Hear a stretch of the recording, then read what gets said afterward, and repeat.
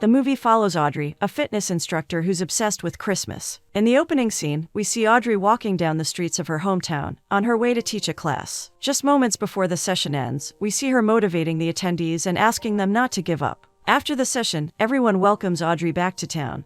But her friend Darlene can't help but express her concerns about New York. However, she manages to fix the awkwardness by handing her a box of cookies she made for her dad. Leaving the studio, Audrey is met by her longtime friend Lisa. They jump for joy before embracing each other in a hug. However, Lisa is surprised to see her friend a week early. As they sit down at a cafe, Audrey reveals that she and Bradley decided to take a break, which has only left her confused about the future. As they talk, they tackle the issue of Audrey's business failure in New York, which she hopes no one heard about. Unfortunately for her, Lisa lets her know that the news spread like wildfire in town. Lisa's husband Jim appears all of a sudden, and Audrey couldn't be more excited to see him. The news about him getting a job at the city council is shared, but the couple expresses some concerns about the town itself. They reveal that the town's rec center will be closing down, for a ski resort to be built. They decided not to tell her anything about it, because they knew how much it meant to her. Audrey wastes no time, and asks about the center as soon as she sees her father. Same as Lisa and Jim, he admits to not telling her because he didn't want to make her more miserable. The whole situation feels surreal to Audrey, as she had thought that her mother's studio would always be there in the rec center. Getting a notification on his phone, her dad lets her know that he has some deliveries to make, but not before she hands him the sugar plum cookies from Darlene.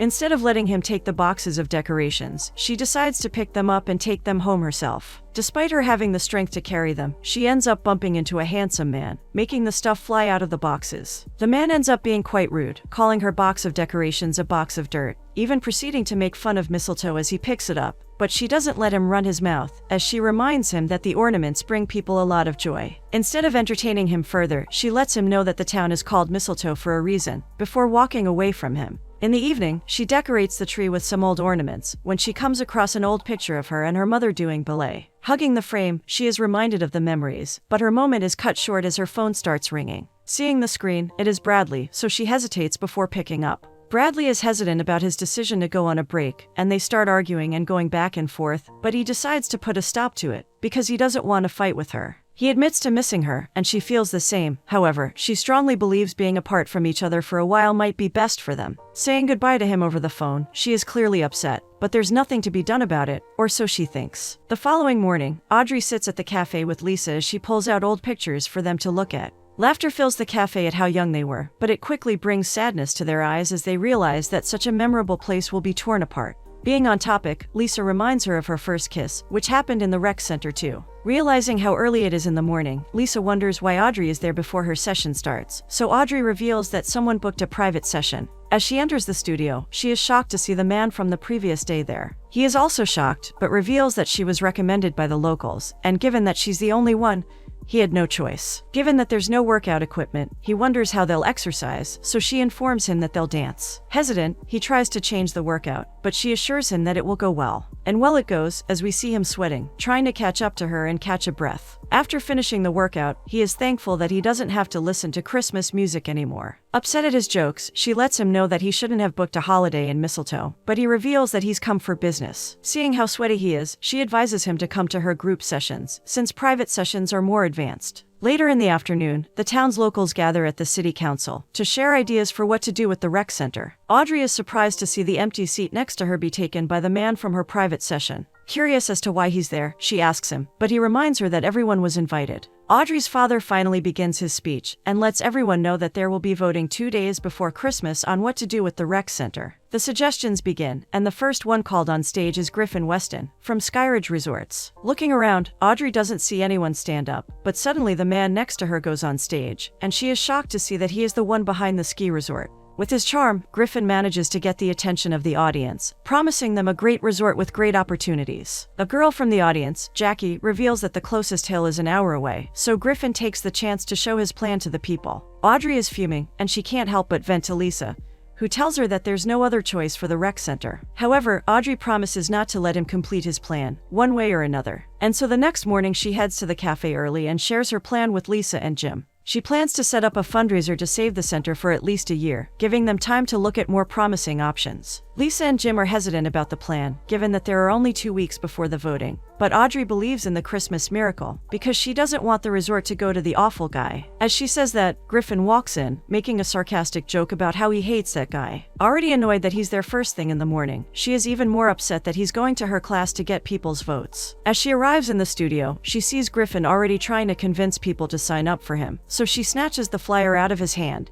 and begins the class. Introducing him to everyone, Audrey tries to put him on the spot for not knowing anything about Christmas, but he assures her that he does. The one thing Griffin apparently loves most about Christmas is music, so she asks him about some popular Christmas songs that he ends up not knowing anything about. While the rest of the team finds his slip-up funny, it makes Audrey's blood boil as she increases the intensity of her workout. After a successful workout, Griffin walks out with Marlene as they talk about baking. However, their conversation is cut short as Griffin receives a call from his father, asking how the job's going. Griffin assures him that there's nothing he needs to worry about, and that there's no tough competition. Later in the afternoon, we see Lisa and Audrey making a video about the donations for the center. However, Griffin happens to be passing at the same time, so he decides to interfere a little bit. Audrey continues working on the video, which just motivates him more to interfere, so much so that it makes Audrey change her mind, so they shoot inside the center. Despite being strong-headed and confident about the center, Audrey doubts herself in the evening, as the fun page seems to be doing poorly. Her father reminds her of her mother's sayings, how when one thing isn't going well, some other thing might be around the corner. Even though she's concerned, she doesn't give up, as we see her behind a booth asking people to donate. A call snaps her out of her thoughts, and it's Bradley. The head of New York Soli's fitness clubs has offered them both a job, which would be great for them to jumpstart their career. As excited as she is, she can't help but be concerned by the lack of creative freedom they'll have in a studio. Bradley knows that it's important for her to do things her way, but he assures her that it's the best option for them, since boutique gyms are not doing well. In the evening, the whole town gathers at the bar for the monthly mistletoe trivia night. As much as their story is cliché, Audrey and Griffin end up bumping into each other at the bar once again, with his beer splashing everywhere. Seeing him there for trivia night, in a town he doesn't know anything about, pisses Audrey off. They start bickering, or rather, she starts attacking him for participating without knowing anything. However, as unbothered he is, he lets her know that he's playing with one of the best teams in town, which upsets her even more. As the game progresses, Audrey is surprised to see that Griffin and his team are doing great. However, the last question is what makes Audrey a winner, as a question related to her mother's contribution is asked. Jumping up and down in joy, she is excited to have won.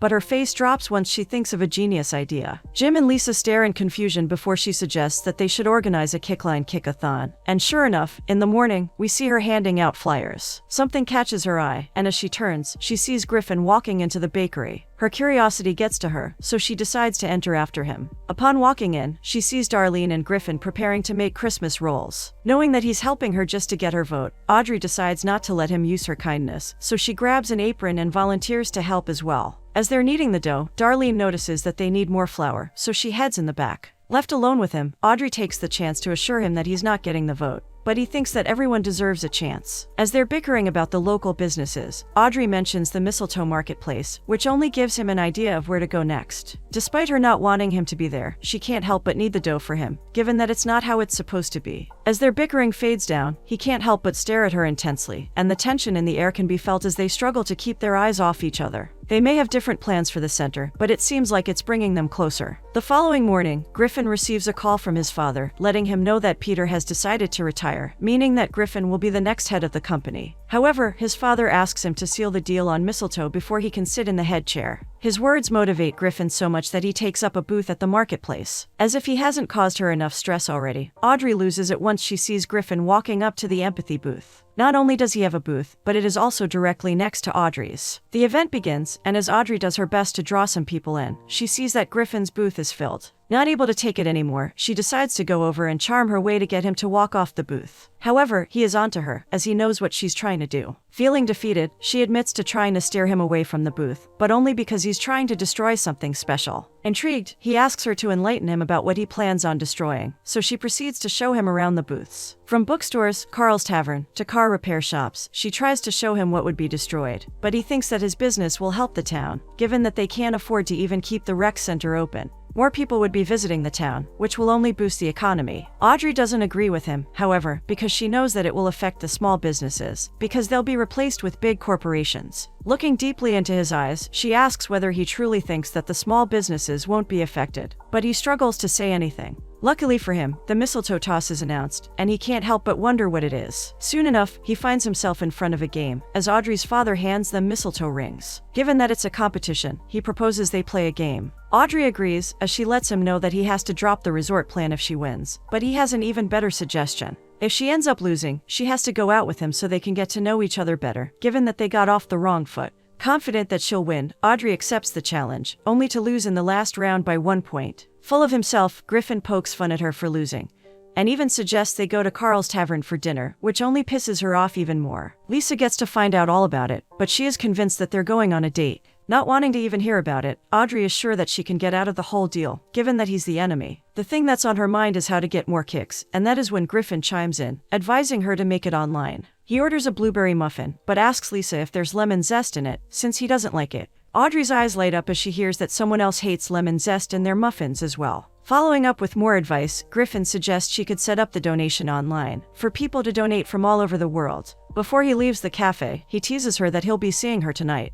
Surprised, she tries to protest, but he walks out, meaning that she has to go to dinner with him later in the evening. Completely forgetting about the dinner, Audrey sits with her father at home as she explains her ideas for online donations. However, the doorbell rings, and she knows that it's him, which is why she asks her father to tell him that she's not home. Unfortunately for her, her father walks in with Griffin, who has a large bouquet of roses in his hands. Instead of thanking him for the flowers, she assumes that he's trying to get her father's vote as well, and the only way he can get to him is through her. Surprised by her assumption, he admits to wanting to better the town, but it is their dinner he's mostly focused on that evening. Nevertheless, they go to the restaurant to get to know each other more. Audrey reveals that it was her mother who inspired her to go into fitness, and more specifically New York. Respectfully, he asks what happened in New York, and she reveals that it has all fallen apart. Their small boutique gym was overshadowed by big corporations, which caused everything to fail, even her relationship. Given that a large corporation ruined her business, he assumes that is why she hates big corporations, but she reveals that she's considering taking a job offer from one.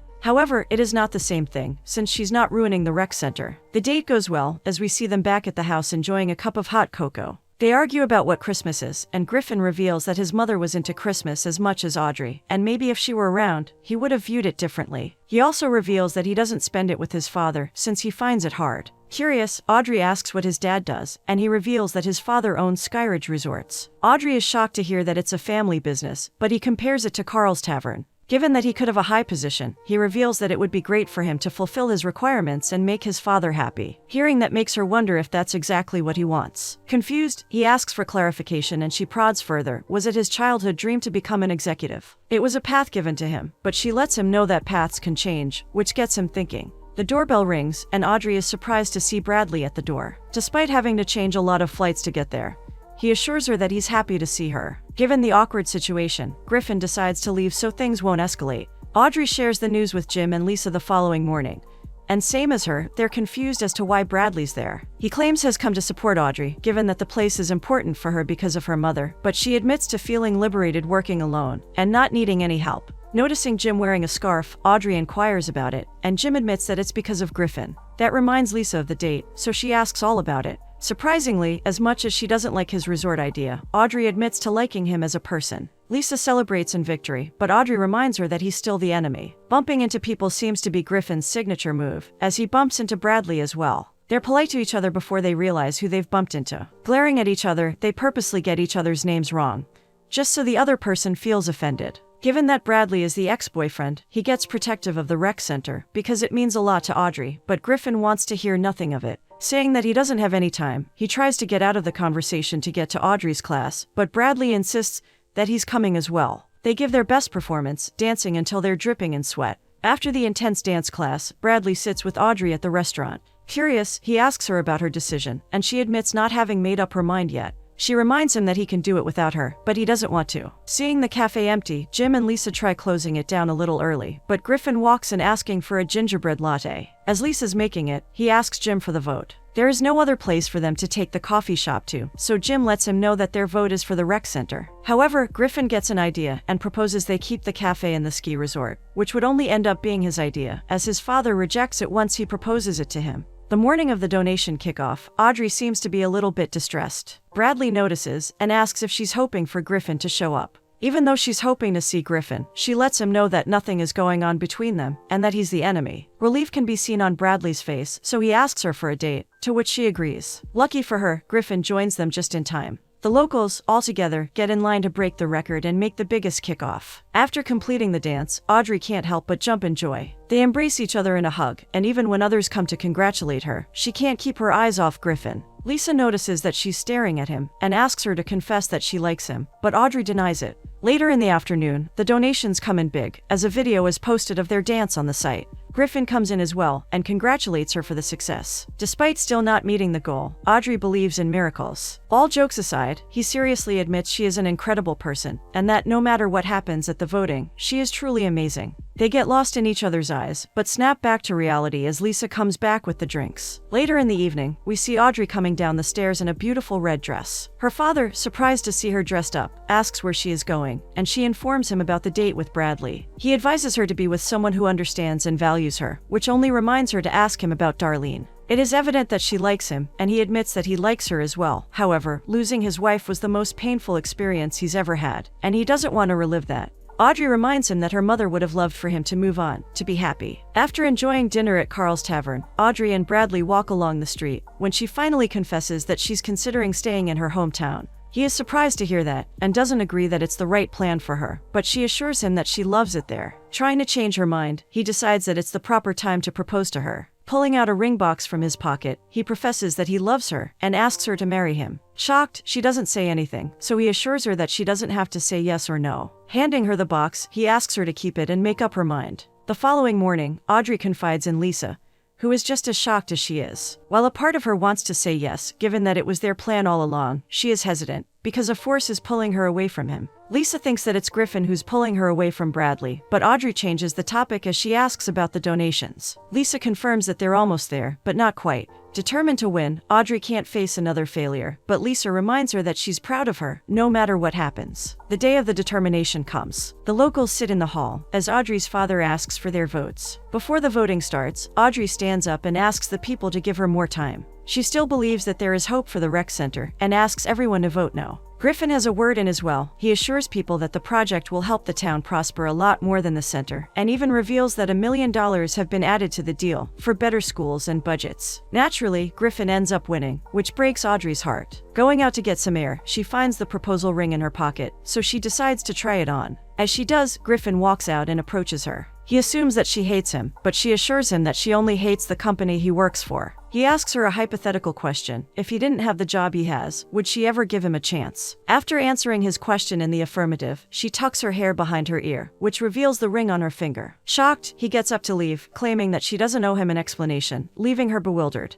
Looking down, she notices the ring shine on her finger, and it becomes clear to her what happened. Back at home, she practices ballet to ease her nerves when her father walks in. They think that the Christmas party is canceled, but little do they know what's about to happen the following day. In the morning, Griffin is surprised to see his dad arrive, so he decides to take him to have the best gingerbread pancakes in town. As they enjoy their pancakes, Griffin tries to get sentimental with his father, asking what his favorite thing about Christmas is. To his surprise, it is a toy train, claiming that his mother was into the sentimental stuff. Having had enough of pretending to be who his father wants him to be, he informs him that he doesn't want to be promoted, and proceeds to tell him the idea that will change everything. Just moments after, Audrey is called by Darlene to make 5 dozen Christmas rolls for the party, which is back on, thanks to Griffin. Later in the evening, we see everyone at the party. As Griffin approaches his father, the older man promises he sees his vision, and he is proud of him. Curious, his father asks where the girl is, assuming that there must be someone who inspired his idea. Just then, Audrey walks in a beautiful green dress, with all eyes on her. However, right behind her comes Bradley, but his father asks Griffin not to give up.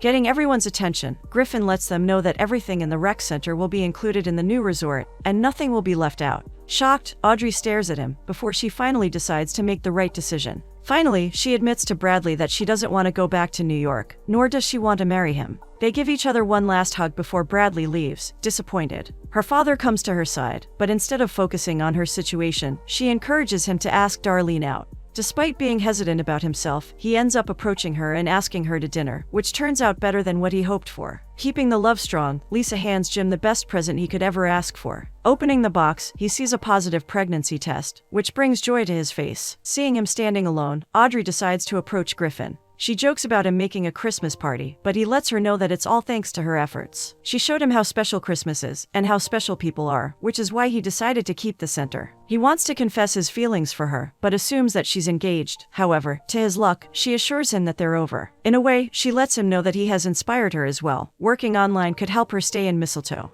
Nevertheless, he reveals that he'll be staying in Mistletoe as well, as he is the new operations manager, meaning that they'll be there together. Looking up, Griffin spots a mistletoe, which only means one thing. Smiles are plastered on their faces as they lean in and finally share their first kiss. A Christmas miracle.